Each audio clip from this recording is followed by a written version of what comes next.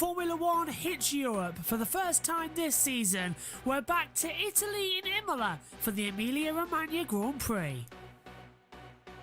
First held in 1980, this Imola circuit has been on and off the calendar for years as well. It's seen some of the greatest moments and certainly the darkest moments in Formula One, but drivers and fans love it just the same. It's the fourth round of the 2022 calendar as well. It's also the first weekend for F1 Sprint. Following on, we go to Miami in just 2 weeks' time as well for its first Grand Prix. Spain heads us back to Europe with Monaco, Azerbaijan before a brief trip back over towards Canada. Then the British Grand Prix on the first weekend in July, followed by Austria. A 2-week break before France and Hungary take us to the summer break. Then a triple header, Belgium, Netherlands and Italy on the 28th. 4th and 11th of September. Then we have on the 23rd a currently to be decided race. Rumour is it could be back to Singapore, which is a week later as well with its traditional night race. Japan is on the 9th of October, back finally as well before we head back over stateside for America at Texas on the 23rd of October. Mexico a week later. Brazil and Abu Dhabi round out the season in November as well for what should be a classic finale. In terms of the Drivers' Championship, Charles Leclerc, with 2 wins out of the first 3 races, leads the title on 71 points. George Russell, being 3rd in Australia, puts him 2nd, just ahead of Carlos Sainz, who failed to finish. He's in 3rd. Sergio Perez is 2 points clear of Lewis Hamilton, who himself is 3 points clear of Max Verstappen, who is down in 6th after 2 retirements in the opening 3 races. Esteban Ocon, Lando Norris, Kevin Magnussen and Valtteri Bottas round out the top 10. Further down, Daniel Ricciardo is on 8 points as well, still stuck on the second page after a slow start to the season. Pierre Gasly has 6 points, Yuki Tsunoda on 4, Fernando Alonso 2, one apiece for Zhou Guan Yu, and then Alexander Albon finishing 10th in Australia with a point on the board for Williams. Mick Schumacher, Lance Stroll, Nico Hülkenberg, who is deputising for Vettel, as well as Latifi, all have no points on the board. In terms of the Constructors' Championship, with Ferrari winning 2 of the opening 3 races and finishing on the podium in every single race, they lead the Constructors' Championship on 104 points. Mercedes being consistent, maybe not fast, but they're up there in 2nd on 65 points. 10 points behind them, Red Bull Racing, with a very stop-start to the season as well, early on 55. Comfortably leading McLaren, who's 4th in the Constructors' Championship, battling with Alpine, just 2 points separating them there. 9 points behind Alpine at Alfa Romeo on 13. With a very strong start to the season thanks to Kevin Magnussen. They're 2 points clear of AlphaTauri on 10. Williams has 1 point. Aston Martin, unusually the last team not to score any points. It's free practice 2 before the F1 Sprint for the Emilia Romagna Grand Prix.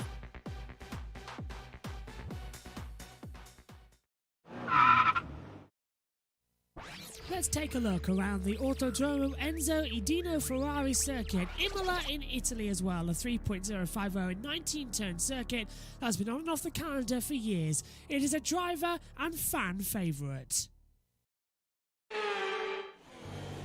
Keep on the acceleration hard as you approach the start line to start the lap. Run down towards turn number 1. It's a little kink towards the left alongside the pit lane. You barely notice it before you head down for the first real braking spot, the Tamburello chicane.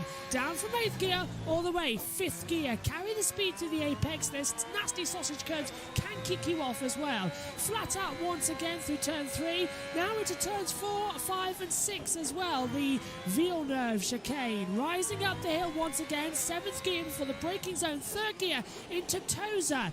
A tight inside left that clambers you up the road towards one of the fastest corners in Formula 1. Turn 8 before turn 9 at the Pirotella. Flick the car in 5th gear, carry the exit speed as well before dropping downhill. Turns 12 and 13, Acqua Minerale, flat out between the 2 waters, rising uphill, careful not to invalidate the lap time before coming into the Vanitelli Alta.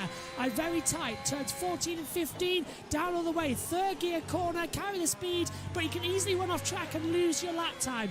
Now, begin to drop downhill. Turn 16 takes you underneath the bridge as well. You're braking at the same time as you come into Ravazza. Turn 17 and turn 18, the last port of call on the track.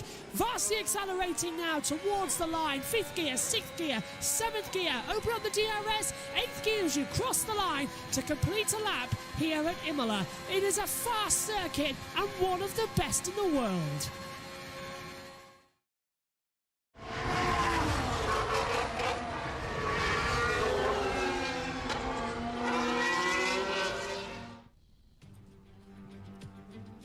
Here we go again then, folks. It's time for free practice number 2. We've already had the free practice 1 and qualifying wet conditions. It's time to change it up a little bit. How about beautiful blue skies, track temperature up there at 31 degrees. We're at the Emilia Romagna Grand Prix. It's Imola as well, the Autodromo International and Dino Ferrari circuit as well. It's 4.909 kilometres, that's 3.05 miles as well. A total of 18 turns, top speed at 304 kilometres, 189 miles an hour as well. At 19 turns around here, come with them as well. We've got Acqua Minerale, Tamburello, Villeneuve, Tosa, and Ravazza as well. Tyre compounds, Pirelli bringing their 3 middling compounds, C2 hard, C3 medium, C4 is the soft tyre. Green for intermediate, blue for wet. Doubt we're going to need those though this morning, maybe tomorrow in the race when it's due to get a little bit worse in conditions. I'm Joshua Burch, and alongside me in the commentary box for the Formula 1 Rolex Gran Premio del Made in Italy Emilia Romagna Grand Prix is, I'm delighted to say, Tom Dillon. Good afternoon, Tom. Good morning to you. Are you ready to go for this one, for practice 2 and the sprint race this weekend? Going to be very exciting, I think, and not particularly excited for the sprint race. I think it kind of ruins the Grand Prix weekend, but very excited for practice 2 and, of course, the race tomorrow. Just give me a moment. I'll just turn my camera on because I noticed there. Oh, I can hear you. It's just my cat. There's the picture, so hopefully this works. We can hear you okay, and I think we can see you now, correct? Too hopeful so far, but I'm getting ready.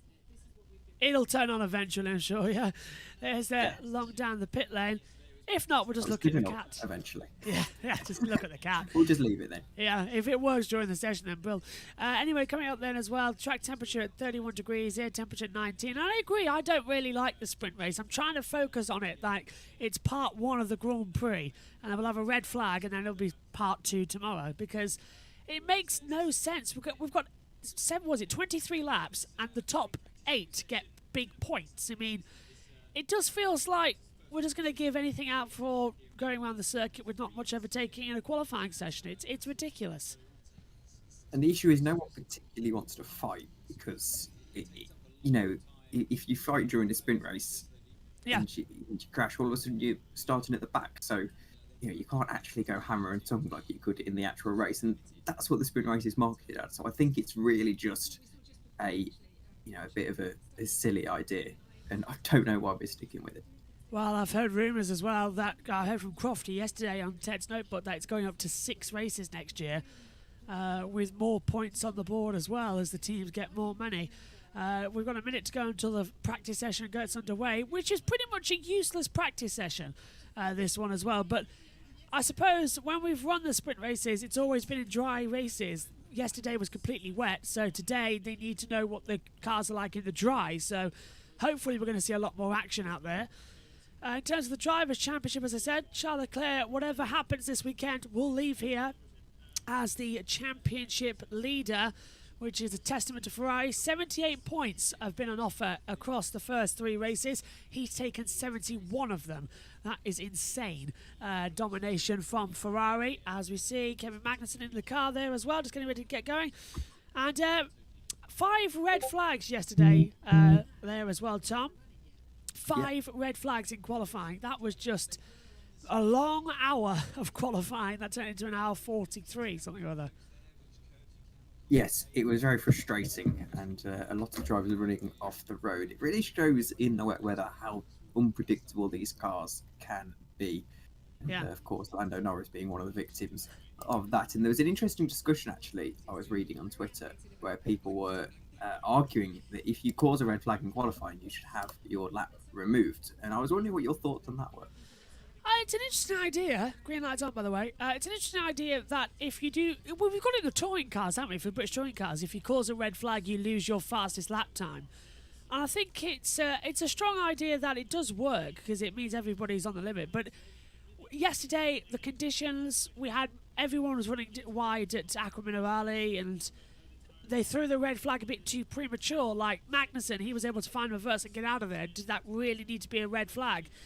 Lando Norris, he hit the wall, did need to be a red flag. Bottas stopping on the circuit as well for a fuel pressure issue. And did he really need to go? Well, there he is actually, Bottas as well, getting the car repaired after yesterday. He's had a power unit change as well.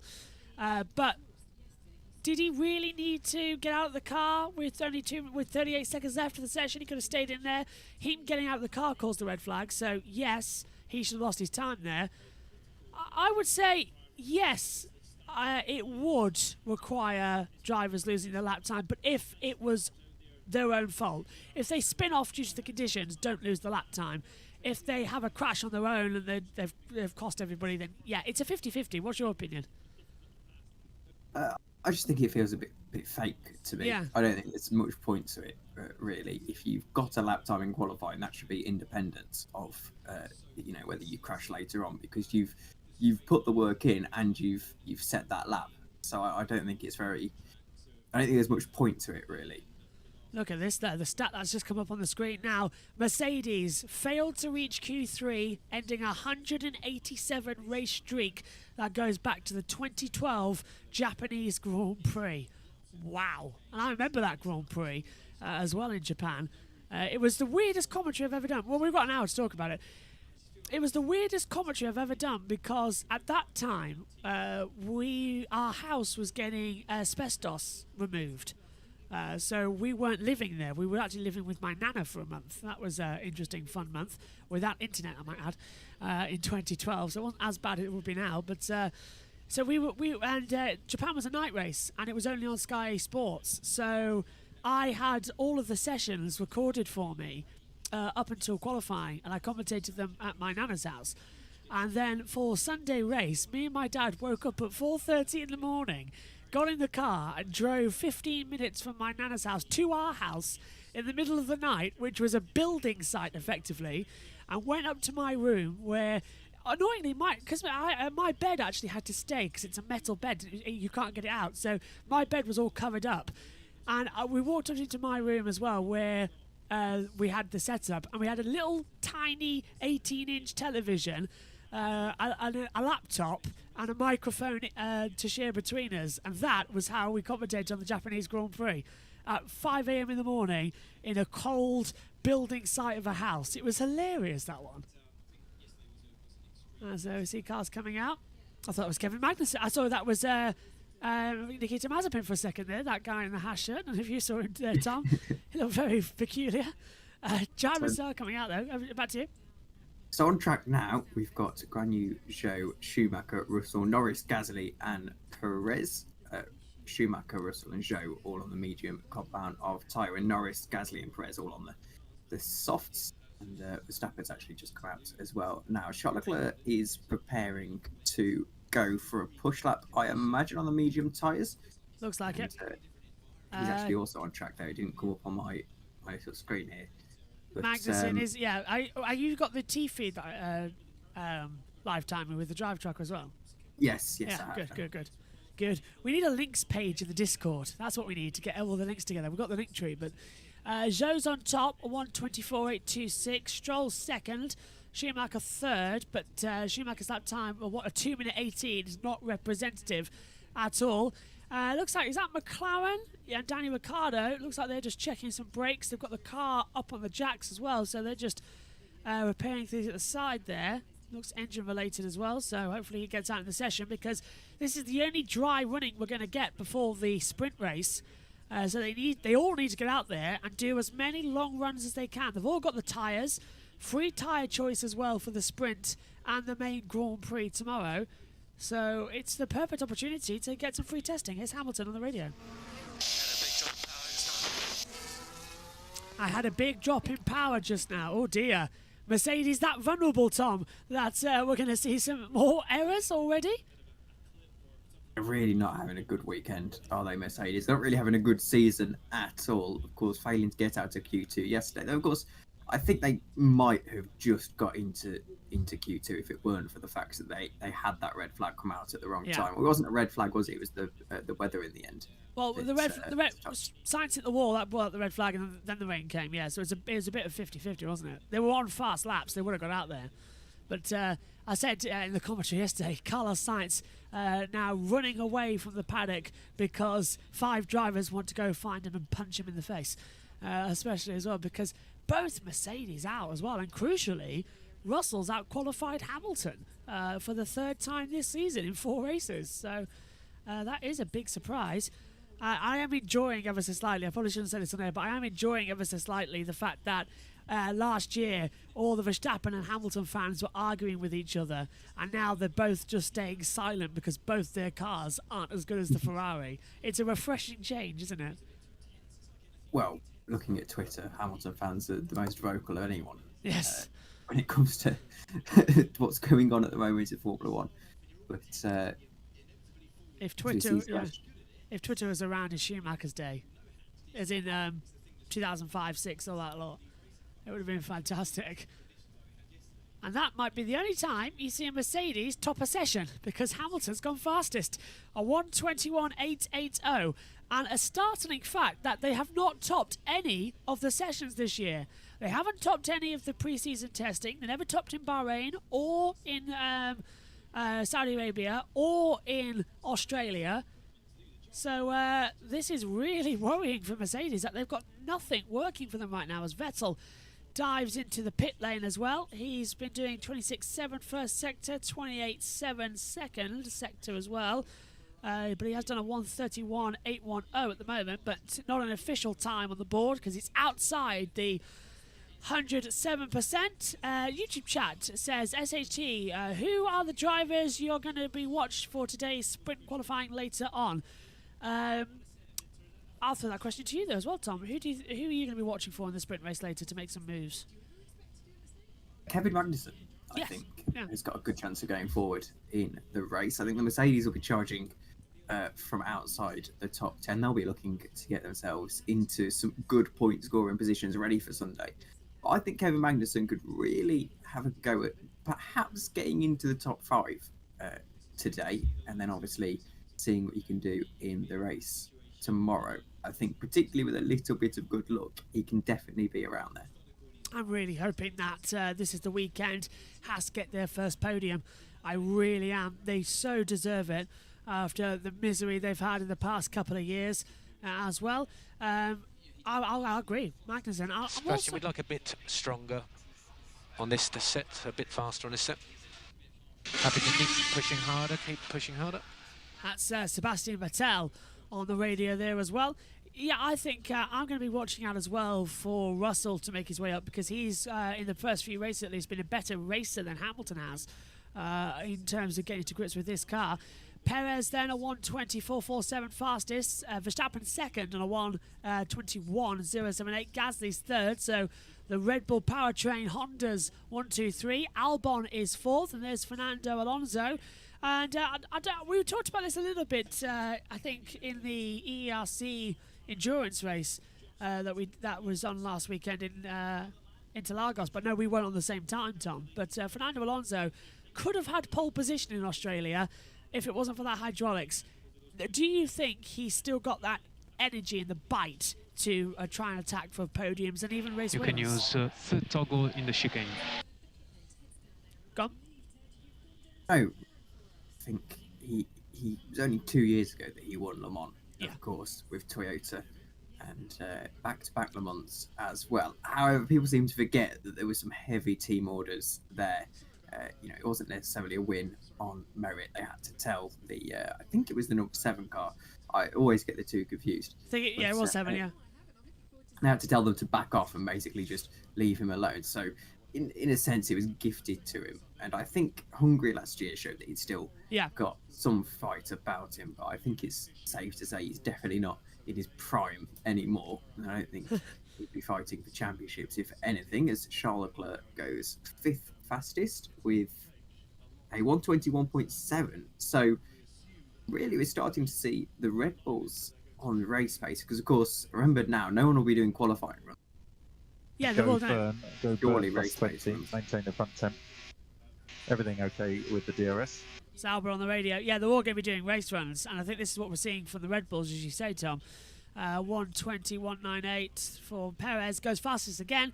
I'm just hearing from Ted in my ear that it's a power unit failure for Danny Ricciardo, so they are trying to repair it, and if not, they're going to change it ahead of the sprint race. But Danny Ricciardo is going to lose this hour of running, which is the worst news you can possibly ask. And I hope he's cold because he's putting on his race suit, so maybe Ted is wrong on that respect, but doesn't look like he's going to go out there. He's focusing now completely on Lando Norris. You can see him watching the monitor there as well. But with 49 minutes to go, Bottas isn't in a hurry to head out either. So they're both losing all their race run time. So they're going to be ones to watch, I think, in the sprint to see how much of an A, mess they make, and B, how much they can learn for the race tomorrow. Because Park Ferme is locked in now, Yes. isn't it? So are they Max's allowed first to? lap was a Not that you 21.0. give any point, but are they allowed we're to giving up a bit of time mess in with their turn 12, setups in this turn session 40. anyway? Okay, please get rid of the DRS now. Yeah, we're That's- looking at That's Perez. Actually, I don't think they are allowed to mess with their strategy because, as you said, the cars are now locked into Parc Fermé because they've done the qualifying session. So if there's any power unit changes, I reckon they'll have to start from the back of the grid. Be a 'Cause- complete yeah. back of the grid penalty, wouldn't it? Yeah, Because so that's Bottas and Ricciardo at the back. So Albon goes second with a 120.5, and that's quite impressive from the Williams actually into second position. And Perez currently on, I was going to say pole position though, it's practice session, currently leading the session at 119.8. So that's quite good from the Williams team after a hero performance last time out for Alex Albon. And encouraging signs on the race pace to be second.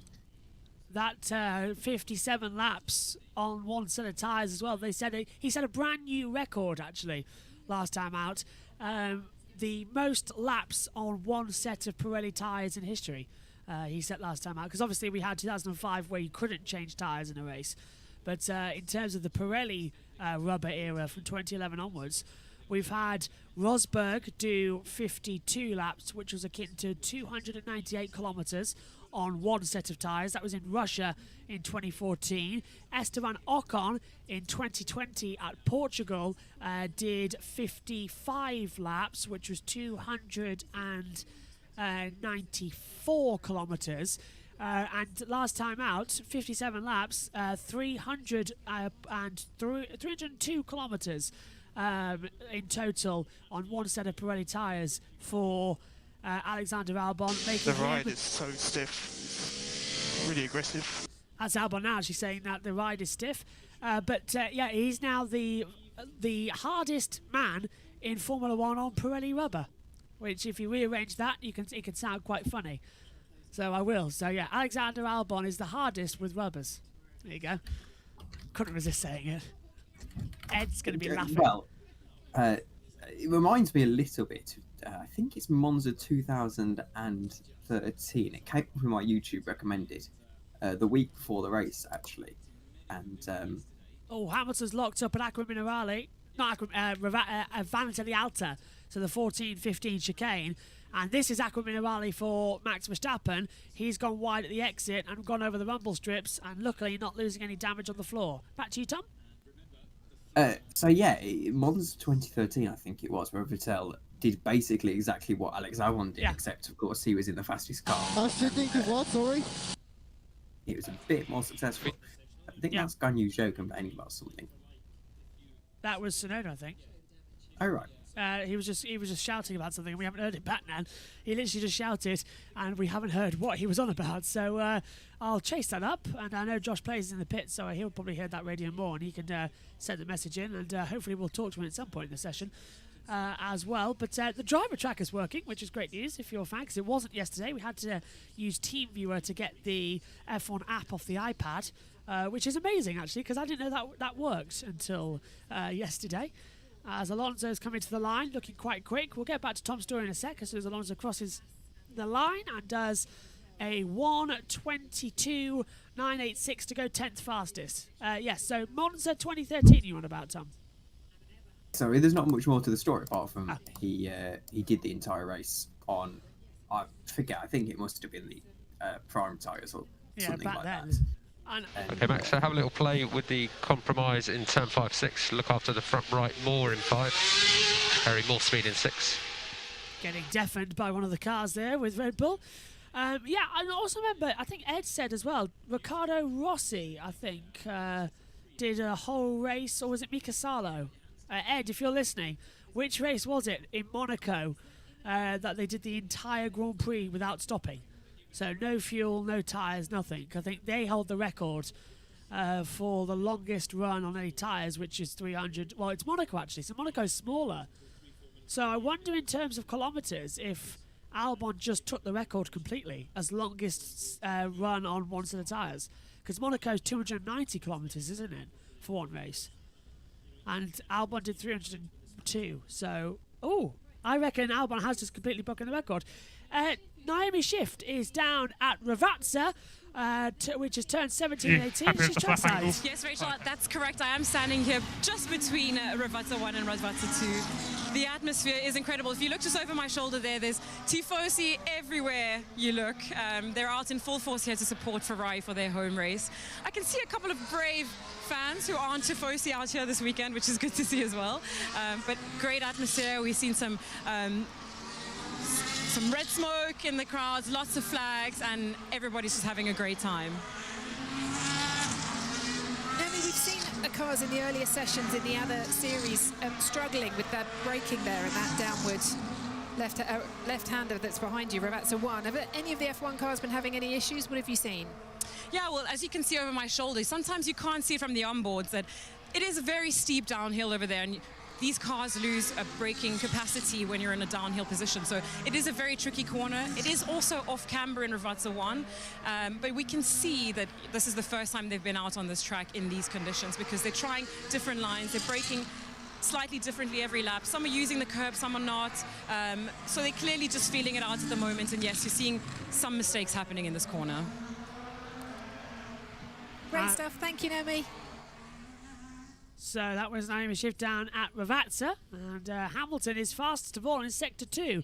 He's on the soft compound tyre at the moment, so this is the dry running, Tom, we were promised, to see whether or not the Mercedes upgrades are actually working, because they've brought in a new rear wing and a new floor update as well, and they've brought it to try and improve on the sprint race. Might be a bit in vain, as I imagine all of the teams will be on the wet setup ahead of what's set to be an absolute deluge tomorrow afternoon. It's a 1:20 point. I apologise, my brother's screaming in the background. He's got his bee in his bonnet about something. Oh, but, it's all right. yeah. Megan's always like that in the commentary box as well. I've got a whining next to me half the time. So yeah, Hamilton goes to P2 on the board as well. I think Megan's now going to storm to the commentary box and have a go at me again if she's listening. But yeah, so there's Bottas. He's out of the session. So if they now, question is, how are they going to set the grid? So they've got to be very quick, haven't they, to get the protest in, because if it's whoever really reports it first to the stewards who will get the higher grid slot. So if it's a power change for Ricciardo, they've got to report it now to Joe Bauer. And the same for Bottas with a fuel line and gearbox issue. And I heard it was exhaust actually being corrected in my ear. So it's exhaust for Bottas, which is not an easy change because it's connected to the power unit itself, of course, as we come through. So 2/10, Perez leads Hamilton with 40 minutes to go of this second practice session for the Emilia Romagna Grand Prix. Josh Plays has got it through. Sonoda, I'm shifting to what? Sorry, engineer, between turn 2 and 3, you can upshift to 5th. I think the engineer said 5th. Okay, thanks Josh as well. And SHT has said, for wet races, Ocon did finish the race with one set of tyres in Turkey last season. Oh, great to see. So Ocon has got the record for wet races then. And Albon made the record for dry races. Oh, brilliant. I actually forgot about Ocon in Turkey. He did the whole race on one set of intermediates. So Ocon's got the record then for inters, which I think was 58 laps. That's the whole 308 kilometres. And Albon has the record for dry races at 302. the stats as well, going forward as well. Tumin as well says, what happened, McLaren problem? Yeah, Danny Ricciardo has a power unit failure, so he's not going out in this session. And Lando Norris is back in the pit lane. He's doing a race setup run for both of the cars, so he's not going to set fast times just yet. He's got to try and get the race strategy organised for both of the cars, which is a lot of running for Lando once again. And Valtteri Bottas as well with an exhaust issue after qualifying yesterday. They still haven't repaired it because the cars have been in Parc Fermé. So expect penalties as Christian Horner's on the Red Bull pit wall with Rachel. Can you simulate in your simulator the porpoising? Sorry, Rachel, can we simulate porpoising our simulator? Yes. You can recreate it. But obviously it's something that's difficult to see, in a virtual world. But you can certainly recreate it. How are you finding it? How are they finding it on your car? Are you able to dial it out a little bit more now, or is it still? I don't think we've been as badly affected as some of our rivals for the last couple of races. And it's certainly not something that the drivers are commenting on. So usually if they're not moaning about it, it's not an issue. Christian, I'm going to move it on. How are the drivers' feedback on dry conditions and ahead of the sprint, obviously, getting these laps done? Yeah, reasonable at the moment. Obviously, the circuit is what you call green because there's not a lot of rubber down because of the rain from yesterday. But both drivers have found a nice rhythm and seem reasonably settled with the setup at the moment. What can we expect from the start, the first opening laps from the sprint today, Christian? They both drivers at the front, they're going to be gunning for that win. How important is it for them? Do we expect to see lots of risks being taken for that win, or I don't know? What do you think? Well, everybody talk about taking it easy and so on, but you're a driver yourself. As soon as that red light goes out and it's a motor race, they're going to go for it. Of course, there's a few more points at stake, so I'd expect the first few laps in particular to be quite interesting. And then, of course, is there going to be deg or not? The end of the race might come alive. Great. Christian, thank you very much for the moment. And that was Sky Sports talking to Christian Horner as well, because Abby just said as well, are you talking to a driver? I mean, are you talking to the team? Christian might know that was Sky talking over. I wish we could talk to the teams as well. We have that access for esports, but don't have that access for them. And Lando Norris with a problem. Ted's down there. Oh, no. Evil stuff, sugar. Stay off it. Right. Valtteri Bottas sympathy corner continues because it is a continuation of yesterday's problem. So yesterday's problem was that there was a exhaust problem where effectively part of the exhaust got detached from the engine, from the power unit, and started overheating the engine bay and then cooking the engine itself. Everything got slightly burnt and they told him to turn off the car. So they're still fixing that. I'm told it's still the original power unit, so that was a good save by Valtteri. Doesn't have to have a new power unit, but does need new exhaust and all the fittings around it. But possibly because of the extended curfew hours, it gives them less time. Although I imagine there must have been a successive problem, a subsequent problem, because the power unit is now back on, but none of the gearbox or rear suspension or rear assembly are back on, and it looks like Valtteri is not going to get out of this session, just like Daniel Ricciardo, because there is an awful lot of work still to do on this Alfa Romeo Sauber. Sadly. Oh dear. All right. Thanks, Ted. So let's bring Tom back in, because he is actually the co-commentator for this session, but it's been a busy few minutes. That's very bad news, as we were talking about. So Bottas and Ricciardo, no dry running going into the sprint race. You've done some driving on the simulators as well. Have you? Again, you've been an esport racer as well, but have you ever gone straight from going into from no practice to a straight race? It's going to be very confusing for them. Yes, and it's very frustrating. I think probably the best example I can give in my own experience, and it's a really poor example, is doing this local karting championship at one of my local tracks, and we had our last round was a reverse grid, a reverse layout of the original circuit, which obviously completely changes a racetrack. Yeah. And, we did this, and I was the only driver on the grid who had no practice on this reverse layout, and it means that you've got such a limited amount of time to be able to get up to speed and to you have to really trust what the car is doing and, how you can drive it. In the same way, you can't take too many risks because obviously you don't want to completely ruin your race in lap one. So you've just got to be patient and just listen to what the car is doing. And a big thing actually is the formation lap. Yeah. And I suppose your lap, the grid, you've got to be using those to get up to speed with the conditions. Pace on a low 21 is good. Albon's being told that the pace on the low 21s are good. Yeah, so you've got really a lap to get ready. And I suppose, would they do multiple runs through the pit lane as well before the sprint, just to see if everything's working with the car? So 3 or 4 times through the pit lane, then go to the grid. But they've got no practice start data as well. So, as you say, the formation lap's going to be really key to get away. I have just had somebody text me, though, saying, why have you got Anthony Davidson in the commentary box? I keep telling you, Tom, you sound too much like Anthony. Can't be.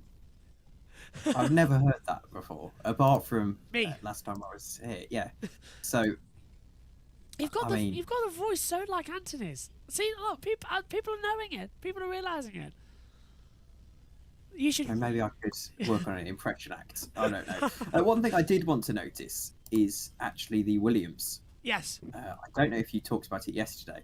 However, they've actually incorporated into their livery stripping off paint. So that it's just carbon fibre underneath, a little bit like the Mercedes. That's it again, because science talked over you. Yes, a little bit like the Mercedes from 80 years ago. They've been stripping off paint. Wow. So that it's so the livery's bare. That's why they've got black on. They've got a partially black livery. It's actually they've stripped away the paint. It's pure carbon fibre, apparently. Oh my god! And that's what Williams are doing to try and get more speed and points. Well, saying that as well, I think, Abby said Albon had a bad day today. I hope it doesn't get worse as well. And imagining Albon has a failure in the sprint race, Williams is going to have a bad time as well. And actually, Abby says, I'm playing F1 2021. It's a game. I'm watching F1. I'm watching someone do a watch along at the same time. Have you got like 4, 5 screens separated around as well? It's always good though, because one thing I always find is that the TV itself, commentary, it's incredibly limited in what they could do. Like, we have access to all these radio that keeps flying up as well. And one TV. Well, I want your split screen technology. That's what I want, so I can have it on one telly. So I'm amazed that Sky don't incorporate more of the pit lane channel radio and all that we have up here, because it's literally just a fader on a bus mixer. That's that, and you've got so much more data. I keep saying that we've got multi-screen now, look, with me in one corner, Tom's at the bottom, driver tracker there as well. We've got a YouTube chat as well, and I want more screens. I want more data as well. We've even got an emergency screen, which is here, which is the driver tracker and the full timing page as well, which is nice to see in operation. So if me and Tom ever need to get off the camera or something, we've got that time. And look at that, actually, Tom, from Russell. Russell goes top a 1:19.457, and he's 0.3 of a second faster than Perez. Great time there. Yeah, and that is pretty much just George Russell going for it in the Mercedes on the soft tyres. I imagine, that's a guess, I haven't seen that flash up on my screen. But to go a bit more on a tangent, all this livery carbon fibre thing sent me on a bit of a tangent over the last day. To which I found Nico Rosberg talking in, and I actually got a quote here, talking in the Express a couple of years ago. He said, the reason for me going to a black helmet, because if you remember I had a white, yellow and blue helmet, I went to the black one because going black, you can see there's no paint on the helmet. He says that the carbon shining through saved him 60 grams, and 1 kilo at a time was 300ths of a second, so 60 grams saved him 2,000ths per lap. And in a similar vein, apparently in 2017, this is from Jens Munzer Designs on Twitter, in 2017, this company worked with Sebastian Vettel.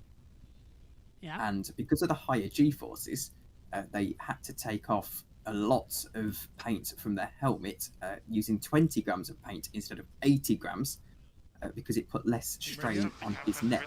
So this isn't a new thing, is what I'm trying to say. Williams carbon fibre running bare carbon fibre. Of course, they have to put a varnish on top of it, otherwise you create a very weird aerodynamic effect. So that they have to smooth it out a little bit. Yeah.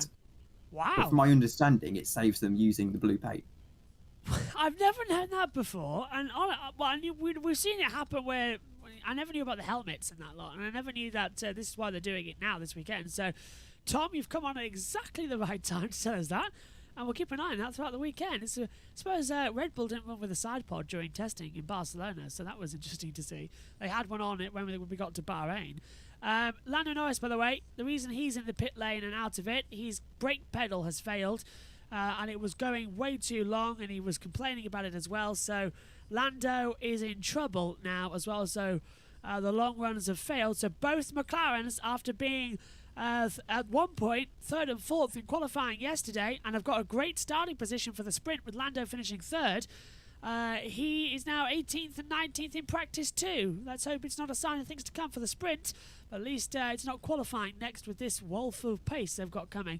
To the YouTube chat as well. What does sober mean as well? Sauber? I don't know if I've said something wrong there. What, sorry? The misspelling of Sauber. Oh, Sauber. Did I say Sauber? I meant Alfa Romeo. So yeah, basically, to mean Utz, which is a interesting name. Sauber is essentially the company, the team that are running Alfa Romeo. It's pretty much just a sticker Alfa Romeo team. It's actually ran out the back of the old privateer Sauber, who, of course, have been very successful. Not necessarily in Formula One, but they've won Le Mans, if I'm not mistaken. They used to run the Mercedes, and they actually gave Michael Schumacher his debut in sports cars. Yeah, back in 1990. I believe it was with Michael Schumacher. They won Le Mans. He was supposed to be racing the weekend that he went to Jordan. I could be wrong. No, you're right. You're right. I remember that. Yeah, because it was supposed to be at the Hockenheim ring. Yeah, in one of that race, I believe. Yeah, so you are spot on there. Abby says as well, imagine... Oh, we've already said about the album. Okay, I'm catching up now as well. SHT says, weather reports there's a 60% possibility of rain for the sprint qualifying later, as well as the race tomorrow. And I will say, since we've been on air, Tom, have you noticed that the sunshine is gone? Track temperature's dropped to 30 degrees. Air temperature's at 19. It was at 24. And it's slowly getting darker across the track. Well, a wet Imola is just... the perfect Saturday and Sunday. It's such a good racetrack, and I'm mostly excited for Charles Leclerc winning on Sunday. I don't usually cheer on drivers. However, I think any chance of a Ferrari winning at an Italian circuit, it's technically not an Italian circuit, but at an Italian circuit, I think is just absolutely perfect. Well, that's an interesting point, actually. I've just thought, why is it the Emilia Romagna Grand Prix, not the San Marino Grand Prix? I think it's because the government of San Marino didn't want to pay the money for it. So I think the local region of Emilia Romagna have they've all had their taxes increased because everybody wanted a race here. So I think they're paying for it themselves. So that this is very much the people's Grand Prix because everybody is chipped in. Only the Italians would take a tax race for a Grand Prix. Yeah, it's mind-boggling, isn't it? Only the Italians would go, Grand Prix cars, yeah, take the money. But that's it. The local forces of Emilia Romagna have paid for this Grand Prix, and it costs a lot of millions as well. I think it's 20-odd million it takes to run a Grand Prix, something like that. I know Silverstone's contract was 30 million. Such a historic racetrack, you think Formula One would be able to subsidise itself rather than going to races like Saudi Arabia and all these nothing tracks. You'd think they'd be able to subsidise a little bit with some of the Saudi Arabia money and things like that. Exactly, yeah. And I mean, the Bahrain was fun, Saudi Arabia was not fun, Australia was fun, and it's these legacy races I've been on the calendar for years that have been giving us more fun races. And I mean, Imola this weekend, it's proper old school. You come here and you feel like it's Formula One. It's a weird situation. I mean, this is the place, of course, where Senna was killed and Ratzenberger was killed on that horrible weekend in '94. But in the same time, it's the place where Villeneuve and Pironi made a battle in '82, and Villeneuve was killed at the next race, and after vowing never to talk to Pironi again. This is the place where Senna and Prost came to blows as teammates, where at one start Prost took the lead. On the second start, after a red flag after Berger crashed at Tamburello, Senna took the lead, and all that, beginning of all that. It's the scene of so much drama. Alonso and Schumacher in 05 and in 06 battling it out as well. Alonso won in 05, Schumacher won in 06.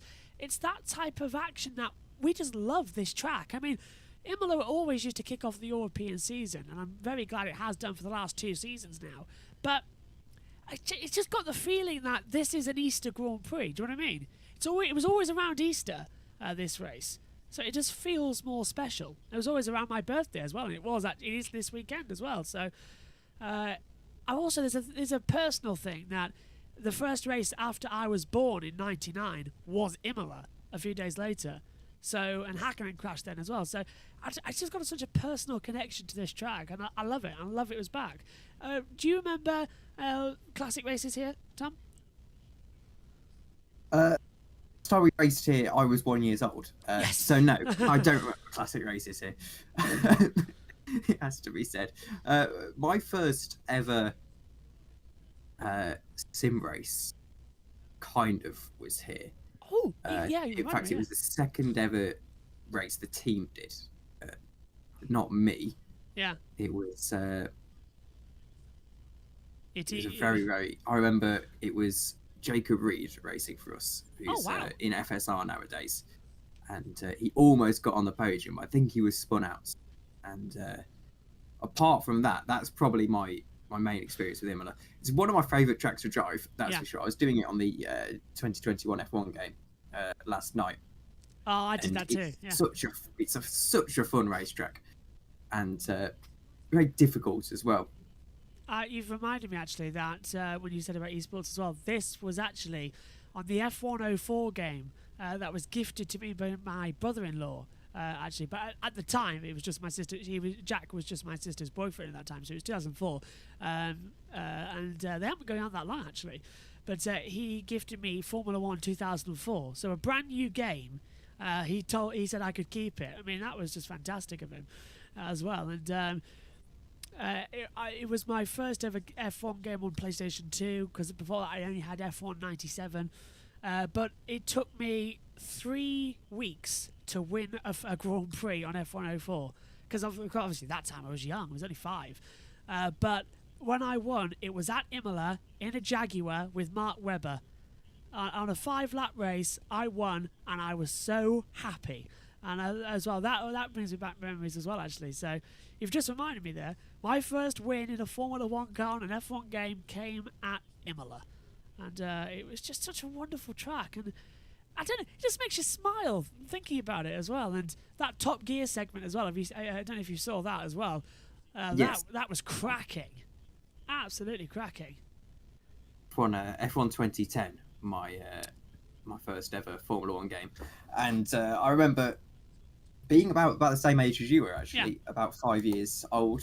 And I was racing, I can't remember the circuit now, but managed to claw my way up to 17th, which for me was a right old achievement. My dad used to be basically addicted to the game, so he never changed the difficulty setting, and he was always on legendary difficulty, or whatever the top difficulty was. Yeah.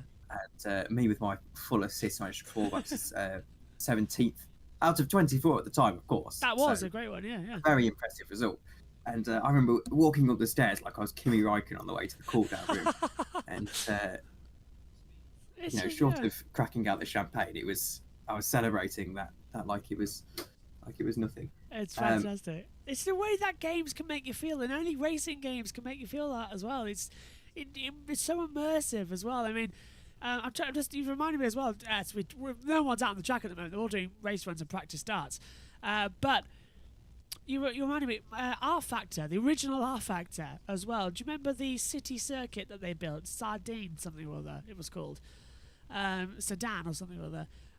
But I was in an esport race in a BMW Sauber. They were all Saubers in that race. And it was against online people as well. And I was running third. This was about 2009, I think, 2010.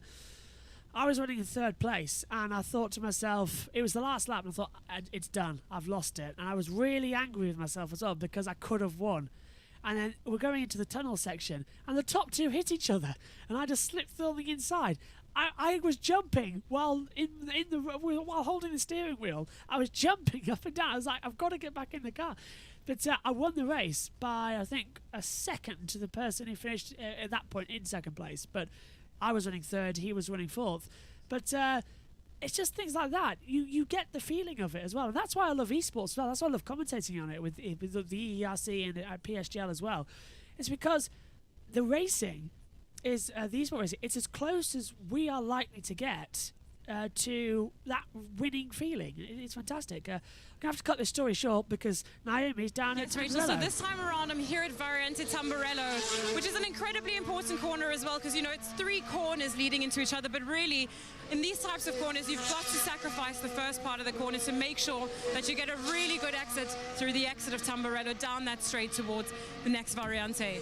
And from what I've been seeing here so far, as you can clearly see, you know, here comes Verstappen, comes in quickly, he's able to get onto the throttle in that second part of the corner very early. And since I've come down here, I've noticed that between the Red Bulls and the Mercedes, they seem to have it nailed in this corner at the moment. That's Naomi down at Tamburello, so we can come back up to that commentary about what's happening with esports. But yeah, you enjoy racing esports as well, Tom, and you've done karting, as you say, at your local track as well. It's just fantastic, doesn't it? As oh, hang on a minute. Chu has said, what time is the race for the sprint? Well, sprint race is at 3 o'clock British summer time, with lights out at 3:30 British summer time. And the race tomorrow is at 2 o'clock British summer time as well. And that's 3 o'clock over in Emilia Romagna as well. But yeah, Tom, just to get back to you as well. Do you remember your first esport win in terms of pure esport? First and only, yes. Oh, really? And a little bit of circular structure from earlier in the stream, actually. It was a race I did with virtually no practice. And I say virtually because I was unable to... I had about 10 minutes of practice before the race, and I was unable to set a timed lap. It was actually earlier this year, and it was actually on R-Factor 1 as well. Because that was where we got our starts. As a team, we started racing on R-Factor 1 because we had a bit of a fun league, and it was a couple of years ago, and I didn't have a particularly great PC, so it was like, all right, we'll do a bit of R-Factor 1. It seems quite fun. And well, one of my old teammates, one of my old friends from there, needed an emergency backup for it was, I think this was early January. He needed an emergency backup for this 3 hours of Le Mans race. Oof. And I was driving it because it's an old game now, and I'm used to R-Factor 2. It was like, this is awful. You know, I can't drive the car. And then he does 2 hours, and I was in for the last hour, and I get the car, and he's in first. Yeah. And I'm like, you can't have done this to me. I've just wasted your 2 hours. And basically, I managed to hold on in the end, and miraculously, and yeah, well, we got the win, and. So I suppose that answers your question of jumping in the car without any practice. Yes, yeah, that does actually, from earlier on, yeah. So we've all done it on the TV radio. So T3 and 6 mid to exit. Rest of the lap is good. Rest lap is good. Morning to Matthew Owens as well, and who's heading USRN. And a reminder, we'll be on there for the sprint race later on air at 5:02. The sprint race, so it was at 3:25 UK time. We'll be on USRN to pick up for the sprint race. We'll give you everything there as well. Just a quick 40 minutes of coverage there, and then we'll be on air for the whole race tomorrow as well, with a pre-show for USRN. Going in. It's a limited pre-show as well tomorrow because we'll be commentating on MotoGP. So we're underway at 10:02 the race time on USRN tomorrow. So that's time is that 10:02 British Summer Time for that one as well.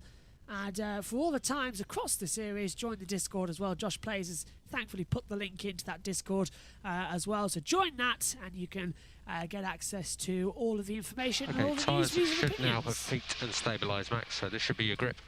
Things may improve from here. That's Max Verstappen on the radio, as George Russell is still the fastest driver in this session on a 1:19.457 is his fastest time. It's 2/10 clear of Leclerc, and at the moment, keep your fingers crossed, it's looking good. First E21 as well. First sprint race of the year, I think. Oh, is it 9 o'clock? For you, it's 9 o'clock, the sprint race. Oh, my word. Oh, oh, my word. That's a dedication to stay up to watch the sprint race as well. Tom, are you going to be... Obviously, you are going to be watching the sprint race for F1, but are you going to look... Are you going to try and enjoy it, or are you just like, this is a pointless thing, what we're going to do? Try and enjoy it. I mean, when it first came in, I was quite vocal saying the sport's basically completely dead. And, on main difference at the moment is 10.56. I won't watch any sprint races. The second 2021 got actually interesting. Yeah. I realised that maybe I should watch the sprint races, but so I will be watching. But and it's good fun, and it's not much more than that. But yeah, I'm not a huge fan myself. It doesn't need to be done, in my opinion, but. I suppose it's because they think the younger audiences don't have an attention span long enough to watch a Grand Prix, but let me tell you something, they do. Let me tell you something, they love it. And these young people who don't like the sport buy the game and do 100% of free practice 1, 2, 3, qualifying 1, 2, 3, and the race itself, all at 100% because they love it so much. So, I think yeah, go on. The issue is, and it's something that everyone's actually been quite masterful in their new media approach, actually. As many downfalls as Liberty have had in that regard, with Drive to Survive and really pandering to the younger audiences, they've sort of been able to shift the old myth that a Formula One race takes 3 hours. And yeah. when I first got into F1, because I didn't actually really start watching F1 until the back end of 2018. I was always following it because my dad's a huge fan. I always knew what was going on. I didn't start religiously watching till about 2018, and when I first got into it, all my friends were saying, how can you sit there for 3-4 hours watching an F1 race? And it's like, so there was always this myth that an F1 race lasted for 3-4 hours, and I was guilty of it myself, really. Yeah. And I think Liberty have been quite good in that they've been able to shake that a little bit. You don't hear that so much anymore. Because even Monza only took like an hour 15, doesn't it, to get around there, because it's such a fast track. I mean, this race here only takes around about 80 minutes to complete. I mean, that's not long at all. That's less than a film. Okay. And people these days watch Marvel, which is over 3 hours long, was Endgame, wasn't it? So it's not... We have the attention span to watch it. I mean, TikTok, yes, they're fun, but how many people put like 1 minute parts on? It's like 10 parts. That's 10 minutes. Like, you just get invested in watching as well. It's something interesting to watch, and that's the thing. I used to say to people, I was like, but you'll watch a football game. Yeah. And you'll go to the football and sit down and watch the football game, It's just the same thing. And, of course, there are boring Grand Prix. Yes, there are. And in Monaco, for one, if it's dry, then there's nothing more boring than a dry Monaco Grand Prix. If it's wet, it's fantastic. To be fair, I enjoy Monaco purely for the spectacle. I could sit there and watch a boring Monaco race any day of the week. Really? But that's pretty good. Yes, 100%. I love Monaco so much. And, I like the qualifying. Apparently, I'm in the minority. I mean, I like the qualifying, and if it's a good, strong battle, like 2019, Verstappen versus Hamilton at Monaco, that was fantastic, and that was in the dry. That was a great race. But if it's like last year, where we only have one on-track overtake, it was like, well, what's the point in racing? But the qualifying's great, and the spectacle's great. There's nothing more special than standing up in the commentary box commentating on a Monaco Grand Prix.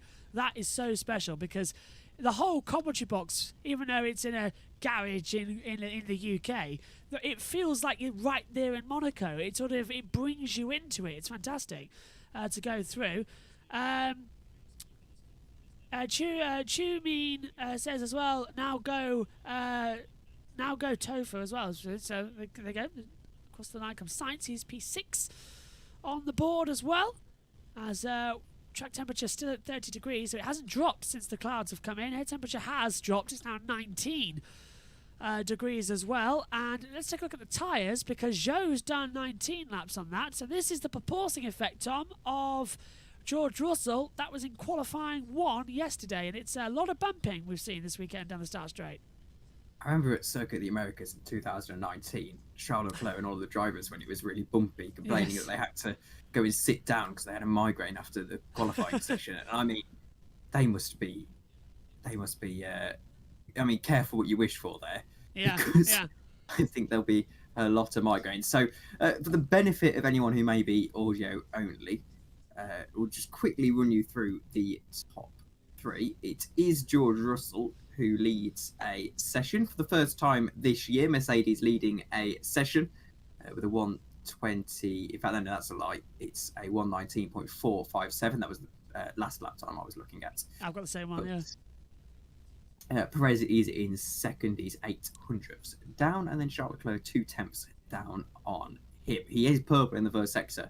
However, the Ferrari and championship leader, of course, will probably see himself as favourite this weekend. Of course, he'll have to get past Max Verstappen first.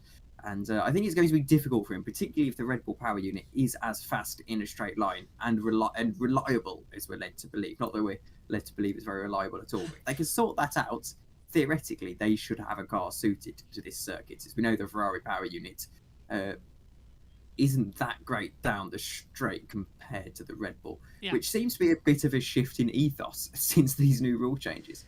It used to be the other way around, Ferrari were quick down the straights and Red Bull was struggling, and then Ferrari was slow in the corners as well. I mean, I think, what was the race last year where they nearly won it? Azerbaijan, perfect example. Red Bull was so slow in the straights. Well, Monaco was, Monaco, they were strong there, but I was about in terms of long straights. Ferrari had the legs on them in quali, because Leclerc got pole in Azerbaijan, and we thought, this is going to be a great race they can win at, but then Verstappen got through, then Perez got through during the opening stages in the twisty corners, and Ferrari were left sitting in the duck. So it is a strange turnaround. Look how much that Ferrari proporting so much compared to. There's your favourite word, Tom, by the way. Yes. Proporting as well. Although, what did you text me yesterday saying that something I say in the commentary box has now become part of yours? What is it? So I was commentating on GPVWC Super League, which if we're talking about esports that's close to real life, GPVWC Super League, it's been going for 15 odd years now. In fact, I believe the league itself is older than me, and wow, they've got so much history in terms of who's won the championships and things. They've got research and development. They've got 4-length Grand Prix, and anyway. Zawar was 20 laps to the end, and they put on a set of soft tyres, and I go, he's on a glory run now. Glory run now. I remembered, I know where I've picked up that phrase from. Yeah, glory runs. Hello, me. I've said it a lot. It's kind of like, that is my thing, just saying, he's on a glory run. There we go. Well, it makes sense. You put on the tyres late on in the race, it's a glory run. And it's end of Q3s. Glory runs, so there you go. That's where you picked it up from. I'll have to start everything I say as well in the commentary box. Most famous full power ever done as well was last year in Russia. Hamilton blocked Perez in qualifying, and Perez put his hand out the car and started shaking it angrily. And I said, "And Perez, look at him, he's fisting Hamilton." I was like, "What have I just said?" as well, because I couldn't correct it at the time. So that was hilarious. Under pressure, you could say some incredible things, and I mean. If you want to talk on the subject of innuendos, cricket commentary is the best for that. Oh, God, yes. There's been some wonderful moments through the years. There's Lance Stroll actually improving in the second sector, 17th right now. This might be the first bit of action we've seen on track practically all day, session. It's in been the a Aston quiet Martin. One. Go on, Lance. Put it on top. Give us all something to talk about for Aston.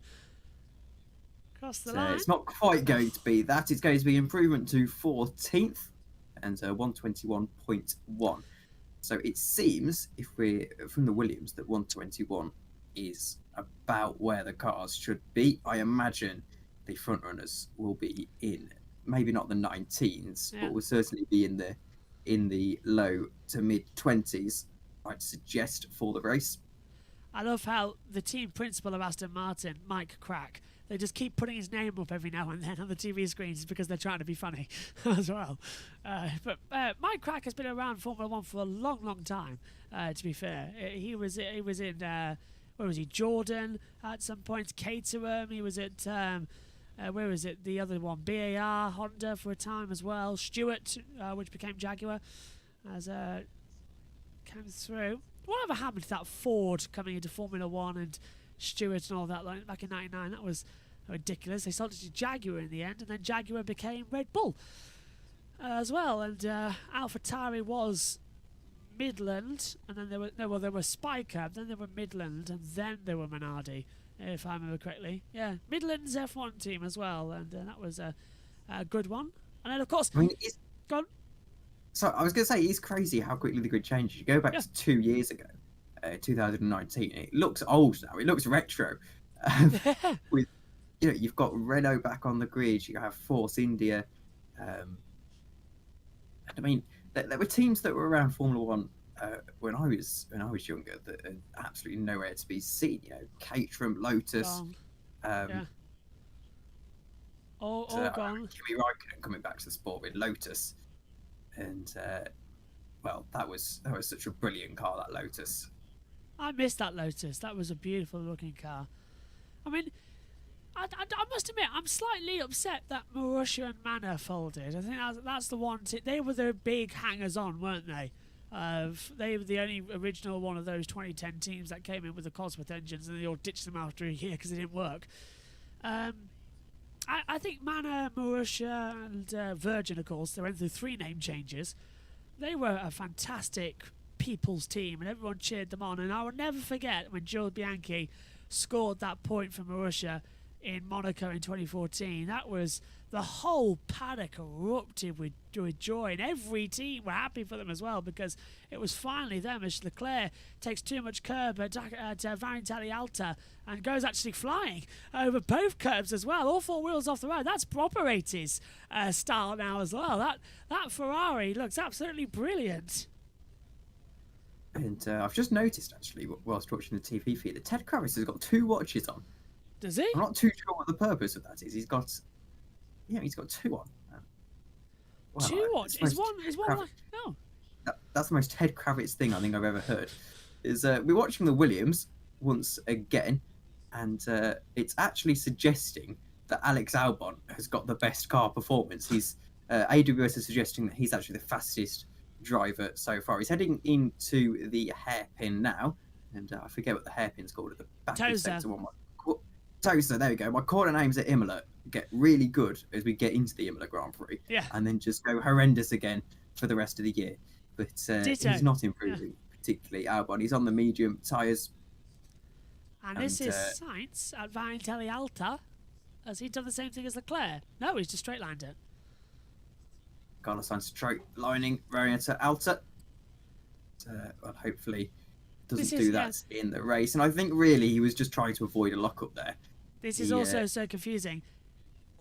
What you can do, I can do better. Doing roughly the same thing. But if you're kind of about to lock up into a corner, and you're in a practice run, sometimes you've just got to bail out. There's no point locking up and ruining your tyres. Going into the grass for 2 seconds is better than having a huge flat spot. 2 minutes to go. I put it on just now. This is Anthony. Listen to Anthony. This is the race. Yeah, this is the Grand Prix for tomorrow. So this isn't anything to do with, I certainly hope not for their sake, anything to do with the sprint coming up. And now, Tom, you talk. I actually think he sounds absolutely nothing like Alex Albon. Up there still. I mean, he was up there in the beginning of the session in the top 4, I think. Honestly, I am really hearing it. Well, there you go. You can avoid being copyrighted by Sky now, because he just say it was me talking. It was him. It was Tom. He was very good, Anthony Davidson, actually, on the WEC commentary. He was. I managed to catch up on it. Yeah. And I was so disappointed when he retired. He was my favourite driver in terms of, in all of racing. He was definitely my favourite driver when he was racing, and it's such an injustice that he's never won Le Mans. Really is. He got shafted by Toyota, didn't he, for Fernando, and it's just like, it's not fair. I'd like Toyota really to give him another go, just a one-off at Le Mans, just to win it.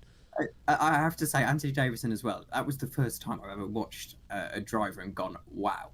Yes. It was 2020 Le Mans, and it was the first Le Mans I properly paid attention to. I didn't really get into endurance racing until it's still sort of COVID. It's the first one I'd really paid attention to, of course, in the middle of lockdown.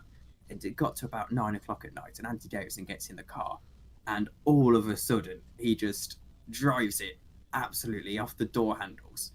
And it was like, wow, how have you managed to do that? And you know, he got a absurdly big gap down, I seem to remember. I remember that race, and, Oh, it's fantastic, such wasn't a it? good stint.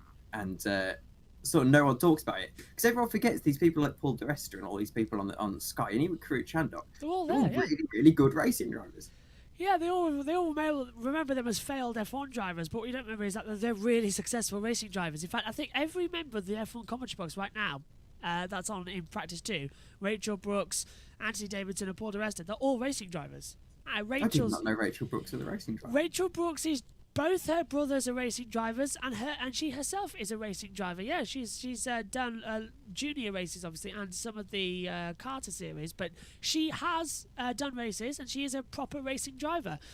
So I think she's like Ben Edwards, driver and commentator for leading a series. So I think she's one of the rare breed that can do both, which is great. But yeah, Rachel is a racing driver, as is her two brothers. I mean, she was at Portugal in 2020. She wasn't on Sky. She just went to the race because her brothers were in the support series. And she said it was a really weird experience being there, not working with anyone. As the checkered flag is now out. There it is. Apparently she covers F1 and cricket, which I think is a weird mix when you're a racing driver. I didn't know she covered cricket as well. I know Lasers does golf. I knew that. I didn't know that. Yeah, Lasers does golf, and Craig does football, and Ted. Yes, I knew Craig Tater did football. But, Ted does F1 and W Series and all the motorsports and that lot. Who else have we got on the team?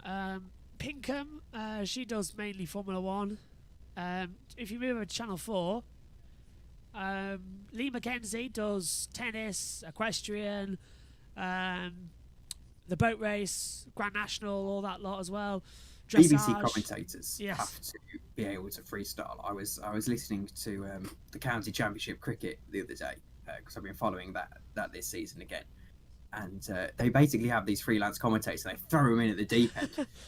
They literally had a commentator who was commentating day 2 at the county championship, then was at the football the next day. What? And he was commentating football. So they've got freelance commentators who kind of drift along sports. They do have to be very, very good. But session is over now, and let's have a quick look at the timer. You can see it on your screen, but for those who may be audio only, as I appreciate some people might have this stream on in the background or something like that, it is Russell from Perez, from Leclerc, Hamilton and Alonso the top 5.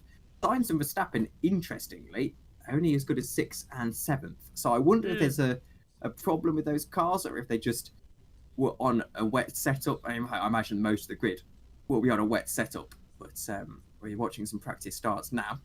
On board with Sainz as well, actually. Is he going to launch away at the same time? There we go. Good launch, actually, from Carlos.